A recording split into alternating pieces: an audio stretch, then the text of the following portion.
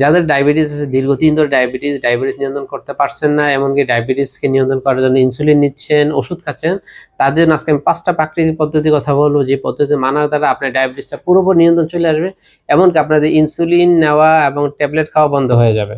এই জন্য দর্শক, সে 5টা পদ্ধতি হলো, 1 নাম্বার হলো কম গ্লাইসেমিক ইন্ডেক্স যুক্ত খাবার খেতে হবে, অর্থাৎ শাক, সবজি, তরি তরকারি খুব বেশি মাত্রায় খেতে হবে।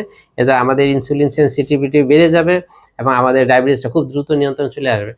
দ্বিতীয়ত, অতিরিক্ত মাত্রায় কার্বোহাইড্রেট যুক্ত খাবার আছে, বিশেষ করে সাদা ভাত, সাদা রুটি, মিষ্টি জাতীয় খাবার, কোল্ড ড্রিঙ্কস, ফাস্টফুড, এই জাতীয় খাবারকে একেবারে নিয়ন্ত্রণ করতে হবে।